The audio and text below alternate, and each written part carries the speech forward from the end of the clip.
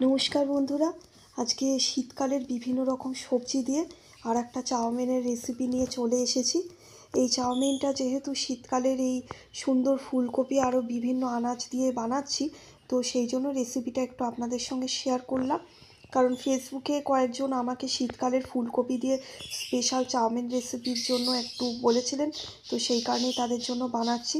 আর বিশেষ করে শীতকালে এরকম নরম নরম সুন্দর সুন্দর ফুলকপি দেখলেই মনে হয় বিভিন্ন রকমের জিনিসপত্র তৈরি করি। কিন্তু বিটসও আনবো ভেবেছিলাম, কিন্তু বিটসটা আনা হয়নি। বিটসটা আমার খুব ভালো লাগে, বেশ লাল লাল কালার হয়। আর এর মধ্যে একটু চা তৈরি করে ফেলবো। এই চা পাতা দিয়ে দিয়েছি, আর তার মধ্যে বেশ কয়েকটা ছোটো এলাচ দিয়ে দিয়েছি।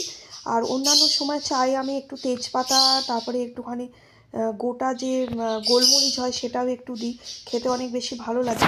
কিন্তু আজকে সেরকম কিছু ছিল না, তাই এলাচ দিয়ে চা করছি।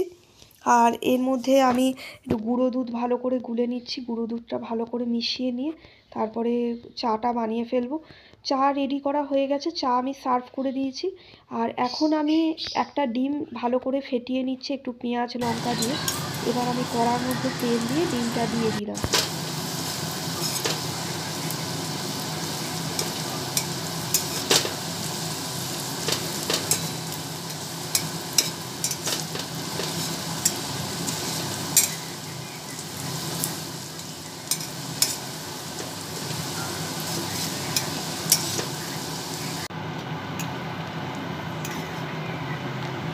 কড়ার মধ্যেই ডিমগুলোকে এরকম ছোটো ছোটো টুকরো করে ভুজিয়া মতো করে নিয়েছি। আর আমি এখানে বেশ কিছু মশলা ইউজ করব, যেমন হচ্ছে চিকেন মশলা, এছাড়াও হান্ডি বিরিয়ানির মশলাও ব্যবহার করছি।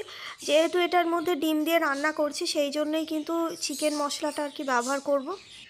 আর তেলের মধ্যে বেশ কিছুটা পেঁয়াজ দিয়ে তার উপরে এই মশলাটা দিয়ে ভালো করে কষাবো।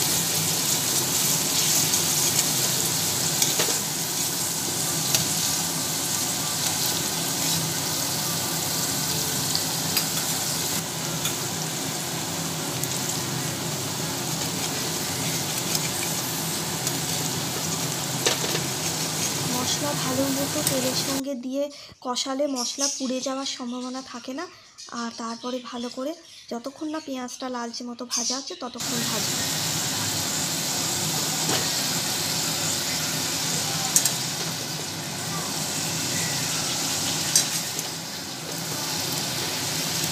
আলু আর ফুলকপিগুলো সব দিয়ে রেখেছিলাম।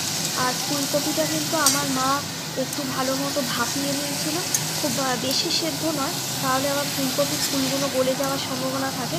মোটামুটিভাবে ভাপিয়ে নিয়েছিল, তাতে কী হয়, রান্না করলে সুবিধে হয়।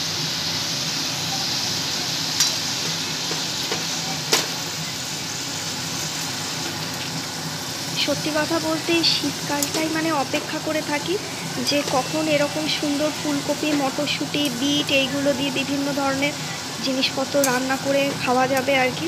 আসলে সবসময় ব্লগিং করাটাও সম্ভব হয় না, ব্লগিংটাও তো একটু বড় জিনিস হয়ে যায়, শ্যুট করতে হয়, তারপরে এডিটিং করতে হয়। ওই জন্য সবসময় যা রান্না করি সেগুলো সবসময় তো দেখানো হয় না। আরও একটা কথা, সেটা হচ্ছে এখানে মটরশুঁটি আমি ইউজ করিনি, কারণ ম্যাগি বা চাউমিনের মধ্যে না আমার কড়াইশুঁটি জিনিসটা অতটা খেতে ভালো লাগে না। আর শীতকালে মটরশুঁটি দিয়ে বেশ কচুরি যেটা হয়, কড়াইশুঁটির কচুরি, ওইটাই খুব বেশি ভালো লাগে। ওই জন্য হয়ে এসছে, দাঁড়াও না। এবার এর মধ্যে অল্প পরিমাণে একটু চিনি দিয়ে দিলাম। আর চিনি একটু না দিলে চাউমিনের টেস্টটা অতটা ভালো আসে না, এই জন্য একটু চিনিটা দিলাম। এখন যেহেতু নবরাত্রি চলছে, তো সেই কারণে আমি ডিম দেওয়া চাউটা খাবো না।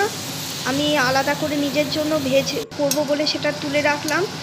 আর এখানে এই যে যেটা আমার মায়ের জন্য স্পেশাল করছি, সেটার মধ্যে ডিম দেওয়া আছে, সেটা আমি মাকে স্পেশাল করে দিচ্ছি। আমাদের পরিবারে সাধারণতভাবে কেউই খুব রিচ বা তেল চপচপে খাবার এগুলো খেতে পছন্দ করে না। এ কারণে আমরা বাইরের রেস্টুরেন্ট স্টাইলে চাউমিনের থেকে ঘরে তৈরি চাউমিন অনেক বেশি পছন্দ করি। আর দেখুন আমি খুব কম তেলে এটা রান্না করেছি।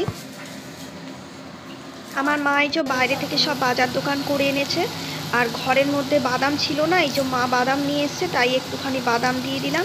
চাউমিনের মধ্যে এরকম স্বাস্থ্যের জন্য বাদাম কিন্তু খেতে ভীষণ ভালো লাগে। যদিও বাদামে খুব ফ্যাট থাকে, কোলেস্টেরল থাকলে সেটা একটুখানি রেস্ট্রিকশান থাকে, বা লিভারে প্রবলেম থাকলেও সেখানেও একটু রেস্ট্রিকশান থাকে, কিন্তু মাঝে সাঝে আমরা একটু খাই। কারণ বাদাম খুব বেশি খাওয়াটা ভালো না, কারণ আমার একটা পোষা মানে পায়রা ছিল, সে বাদাম খেতে ভীষণ ভালোবাসতো। তার কিন্তু পরে পেটের গণ্ডগোল হয়ে সেই পাখিটা মারা যায়। তো তারপর থেকে জেনেছি যে বাদাম খাওয়া শরীরের জন্য খুব বেশি ভালো না।